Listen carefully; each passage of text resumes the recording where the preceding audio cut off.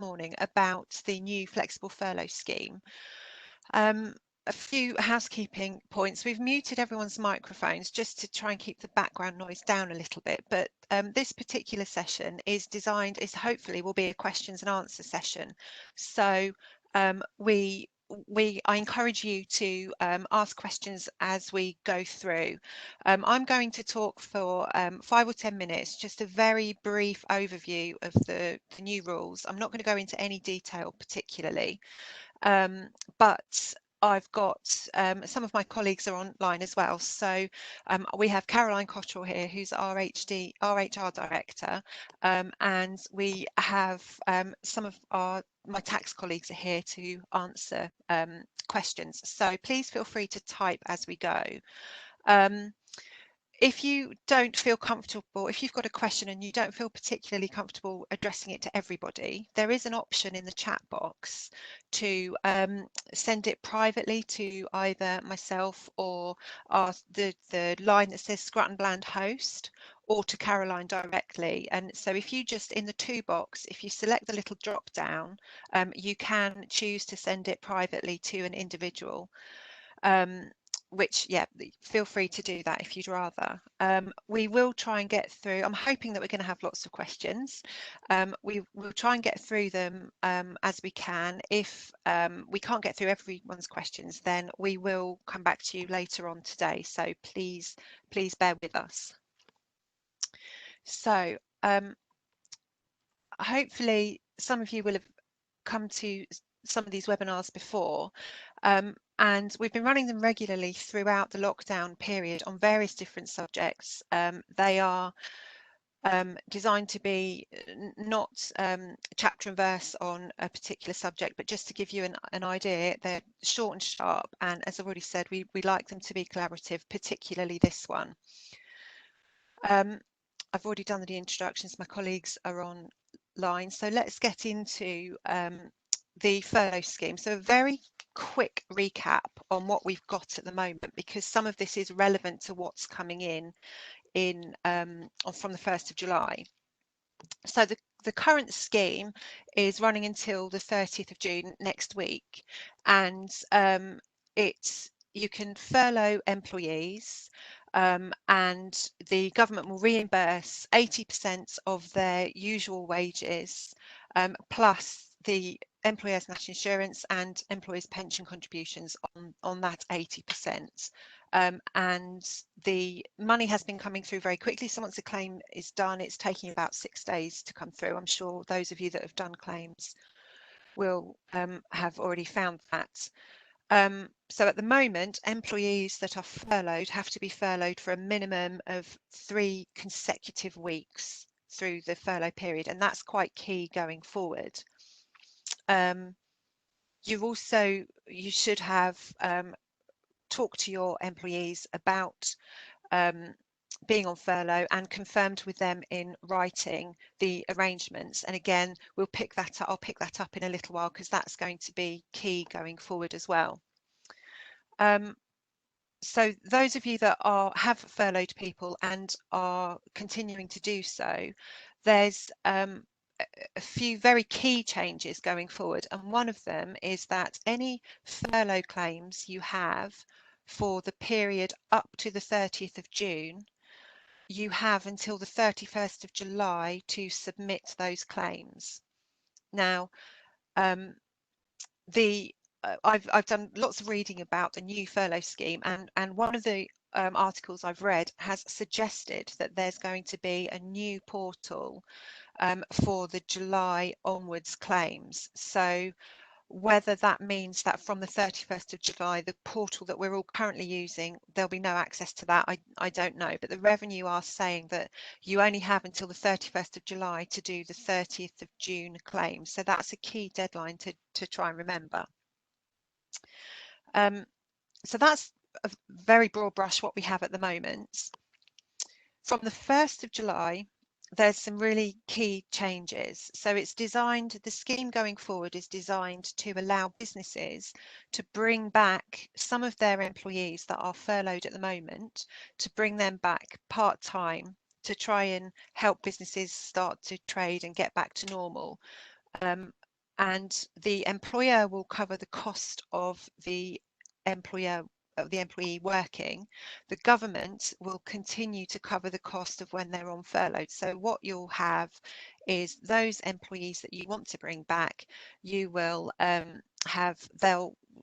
have the option to have them working part-time and then on furlough the rest of the time, with the government reimbursing 80% of the furloughed wages. So there's, from the 1st of July, there's no minimum furlough period. So I've just mentioned that before that, so up to the 30th of June, employees had to be furloughed for a minimum of 3 consecutive weeks before you could claim for them. From the 1st of July, there's no minimum furlough period before you can make a claim. But the quirk for that is that you can't furlough any new employees. So if you've got employees that you haven't furloughed before or the 10th of June, you're not going to be able to furlough them and claim for it under the new scheme. So all the employees that are going to be furloughed under the flexible furlough scheme must already have been furloughed for at least 3 weeks sometime before the 30th of June. I think it's the way the guidance is written at the moment, those you can have a situation where you furloughed an employee in May, for example, you brought them back in June, you are able to use the flexible furlough scheme from the 1st of July, even though they weren't furloughed in June, because they've had their 3-week period, albeit back in May, you are able to furlough them under the new scheme. The other thing that you must be aware of is that the HMRC have introduced a maximum number for claims. So what this means is that you're not going to be able to claim under the new scheme for more employees under the furlough scheme than have been included on a previous claim. So what that means is that if in May you claimed for 20 employees and June you claimed for 30 employees, from July onwards you can only claim for a maximum of 30 employees. So that's something to watch. And again, I'm assuming the portal won't let you enter any more than the maximum, but I don't know how clever that portal is going to be at the moment. It might be that you've got to keep an eye on that and make sure you don't go over the maximum. The claim period is going to change from the 1st of July as well. And again, this is something that if you're doing your own claims, you need to monitor fairly carefully. Up until the 30th of June, you could do claims that went over a month end or went over a pay period. So for example, we had lots of people at the end of May that were doing claims for April and May, and there was no problem at all with doing that. From the 1st of July, claims are going to have to be done in calendar months. And I'm assuming that's because the scheme changes slightly every month going forward. So you're not going to be able to cross calendar months for claims. So again, what that means is if you have most people have been doing it in line with their payroll run. So if you have a payroll run that goes from the 20th of June to the 19th of July, previously you would have been able to just do a claim for that and that would have been fine. Going forward from the 1st of July, you'll have to do a claim from the 20th of June to the 30th of June, and then you'll have to do a separate claim from the 1st of July to the 19th of July. And that will be the same every month going forward. I've put on the screen that there's a minimum 7 days claim period. The revenue is saying that you can only do 1 claim per period. And you can do a minimum. So those businesses that do weekly payroll runs, they can do a 7 days claim. But if you have weekly and monthly, you are just going to have to make sure at some point you'll have to sort of add some payroll claims together, because you can only do one claim per period. So that, again, that's something that you might need to keep an eye on going forward. So there's some key changes on the difference from the 1st of July. There's no changes to the definition of furlough and what employees have to do. So that remains exactly the same. The employees aren't allowed to do, and while they are furloughed, they're not allowed to do any work for your business at all. And work means generating revenue, providing a service. So that stays exactly the same. Obviously, when they're working for you, they're allowed to work, but whilst they're on their furloughed hours, they mustn't do any work for you at all. You also need to agree with your employees. So in the same way that when you first brought people under the furlough scheme, you agreed with them and hopefully everyone had a written agreement in place. You will need to do an agreement for the new flexible scheme as well. And Caroline, please correct me if I say anything wrong on this. But my understanding is that there needs to be a separate agreement for every different furlough claim. So what that means is, if for the first 2 weeks you bring back someone and they're doing 50% of their hours, that's one furlough agreement. If you then change that so that after 2 weeks they're doing 75% of their hours, you need to make a separate agreement, and that's going to be really key going forward. To make sure that that's written down. So you may well have a situation where you've got lots of agreements for one employee. So what will you claim? I'm not going to go through the calculations in detail, because obviously for every business it's going to be very different. But very basically, from the 1st of July, what you'll do is, if you want to use the flexible furlough scheme, you'll calculate an employee's usual working hours, you'll calculate what they're going to work for you, and then the difference is their furloughed hours. The hours that they work for you will need to be 100% of their pay, and you as an employer will cover that. The furloughed hours you will be able to claim for under the furlough scheme. So for July, that's 80%. The government will reimburse 80% of their gross wages costs up to the maximum of cap, plus employers' national insurance and pensions as before. Again, it's my understanding that the maximum cap, so at the moment that's £2,500 a month, that will be apportioned between the working hours and the furloughed hours. So there's going to be some really tricky calculations there. You need to keep a record of the working hours and the usual hours and how you got to those figures. And it's my understanding again that the portals from the 1st of July, when we can start doing the July claims, I've read somewhere that you'll need to log the working hours or the furloughed hours on the portal. So make sure that you have those handy when you're doing your claim. And I've already talked about the fact that you'll need to have a separate agreement for each flexible furlough arrangement for each employee. And I think those you need to be careful to tailor the letters as well. It's just having generic letters may work against you, but again, Caroline, please correct me if I'm wrong. So what you're able to claim will change going forward.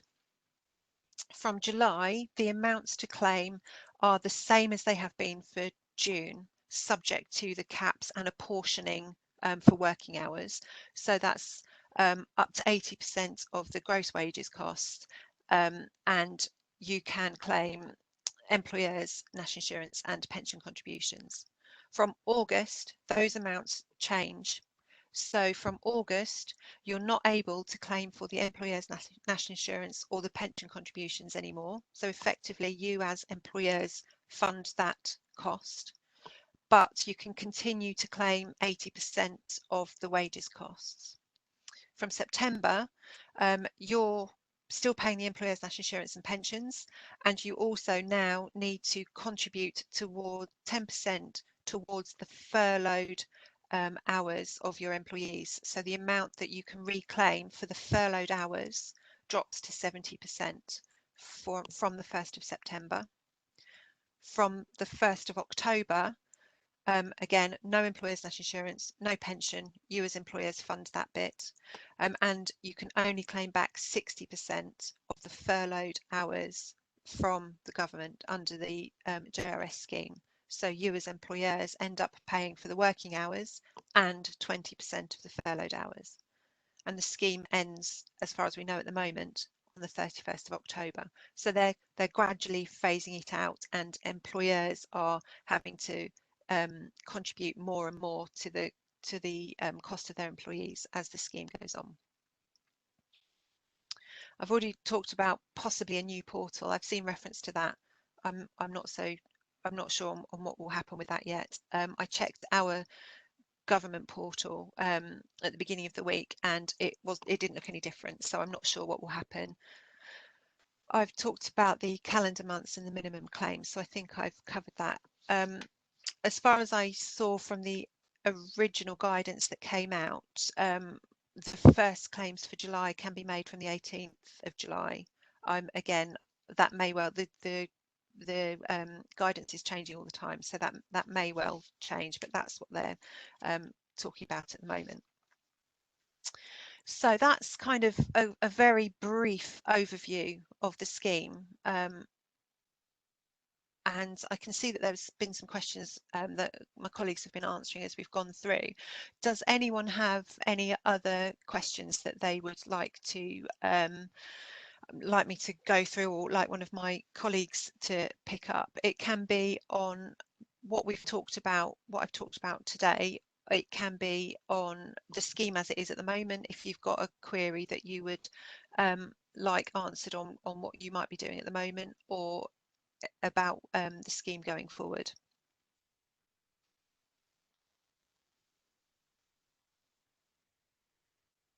I think let me have a while you're thinking about it, I'll have a quick look through the questions and make sure, see if there's any that need answering.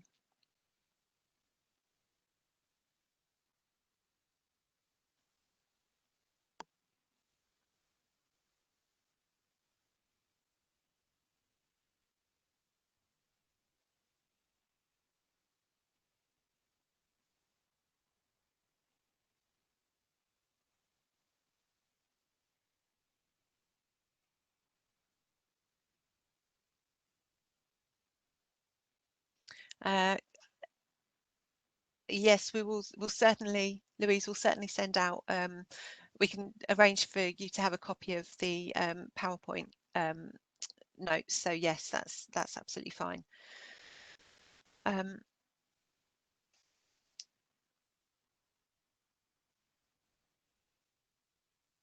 Minimum claim period, let me have a look.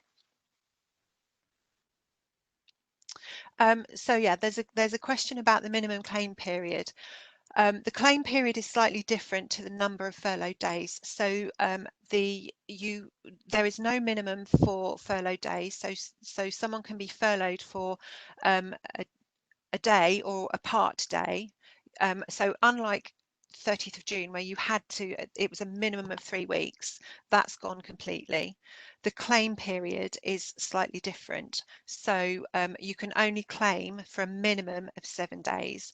And that's so that your businesses aren't doing a claim every 2 or 3 days. So it means you can do claims once a week, and a claim might only have 1 day's worth of furloughed pay in that. So yeah, the claim period is slightly different to the minimum furlough period. Does that answer that, Elizabeth? I'm not sure. Okay, that's good. So that's a really good question. For employees that are paid weekly and or monthly at all, and if the month ends in the middle of a week or crosses a period, you will need to, when it crosses a calendar month, you'll need to do a claim for the up to the end of the previous month, and then you can do, where I've said that there is a minimum 7-day claim period, you will be able to do a claim of less than 7 days when it crosses the end of a month. So yes, you will be able to do that if you cross a month end. That will be fine apparently. When we pay our employees weekly, how will it work next week when the month ends in the middle of the week? I think I've covered that, I think.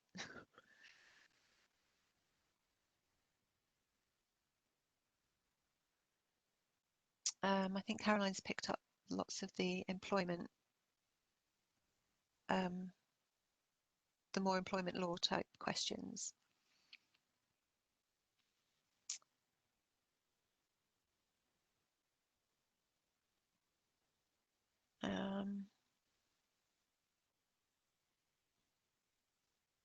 Questions are still coming through.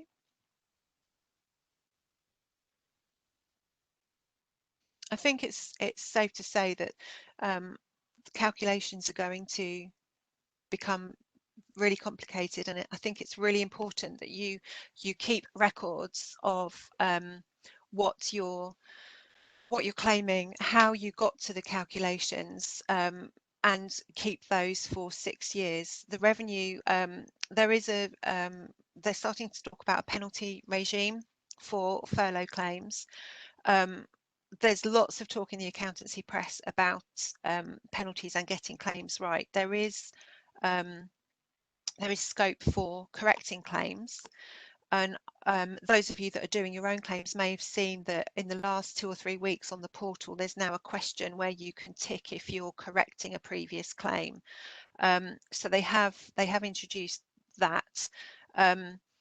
They are looking at introducing penalties for amounts that are incorrectly claimed at some point in the future. The last reading I did last night was that the penalty regime could come into place at the end of July. So it is crucial that you keep the revenue will be looking at claims. So keep details of how you got to your calculations. I would hope that there would be a little bit of flexibility from the revenue point of view, especially because the guidance changes all the time. But keep how you've got to your figures, and then hopefully that won't be an issue. Victoria here. Remember not to use payment in lieu. I think that must be a Caroline one. Caroline's nodding. Lovely. Employees be required to take holiday during furlough as long as their wages are being topped up to 100%. I think this might be a Caroline one about holiday. Employees can take holiday through furlough. I think my understanding is that whether as an employer you can force or require employees to take holiday, I think it depends on what the contract says and your arrangements. So it's not one, every situation would be different. And that one, Sarah, is if you want people to have holiday or ask them to take holiday, you have to give them double the time for the period of time for the holiday they've got to take.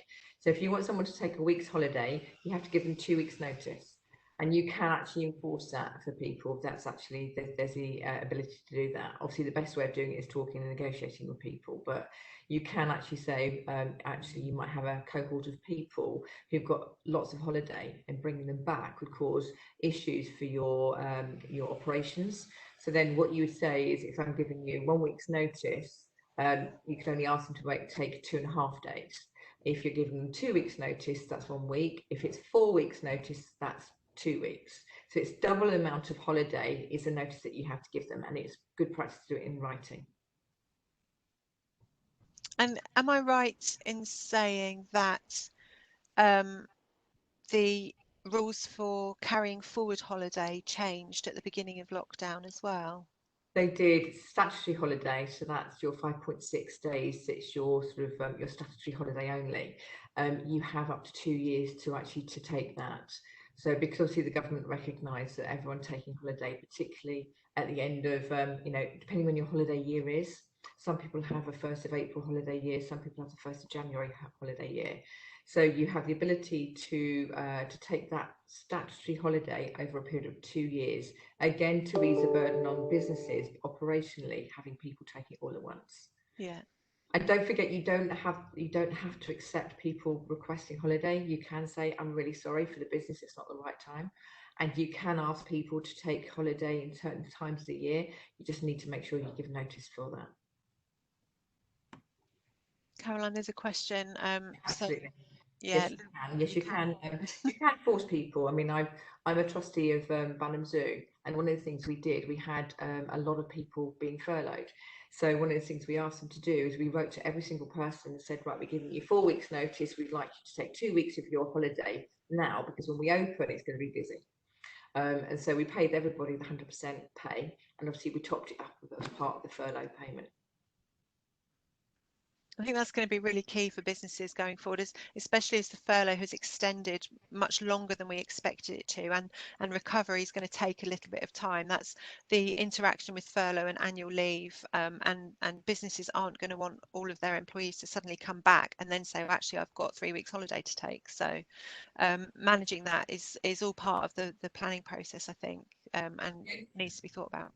The only thing, the caveat to that is if you've got people who are shielding, be aware that obviously inadvertently they may not be able to relax and enjoy that holiday period. So you do have people who are shielding. They may not come out until, I think it's the 6th of July, is it? They're not, people aren't allowed to come out and meet people. So if that's is it 4th of July? Sorry. So if that's the case, if you're asking people to take holiday and they can't physically go and enjoy it like we can go out and about, then actually that may be indirect discrimination. So just be aware of that and actually just talk to those individuals on a one-to-one basis.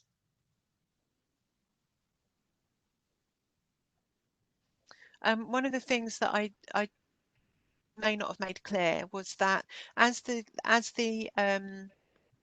amounts that you can claim back under the furlough scheme taper from the 1st of August, it's important that the employee still needs to get 80% of their pay when they're on furlough.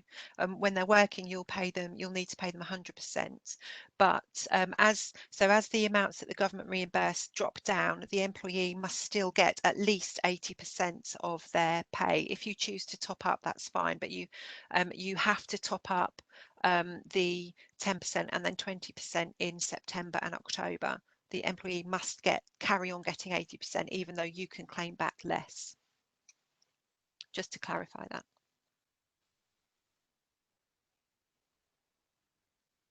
There's quite a detailed one there, Caroline, from, I don't know if that's something you want to go back on now or whether you want to wait. I'm conscious that it is 10:30 and the session was only booked in for half an hour, and I'm sure you've all got lots of other things to do. We will stay online here and we will carry on answering questions. Alternatively, if you've got any other questions, then feel free to contact us. Our telephone number and the email address is on the screen. So if you have other things to do, then we won't be offended if you log off at all. I hope it's been useful. As I say, we will stay online and keep checking questions for a little while. But the main presentation bit, yes, please feel free to head off if you need to. Thank you very much for coming along.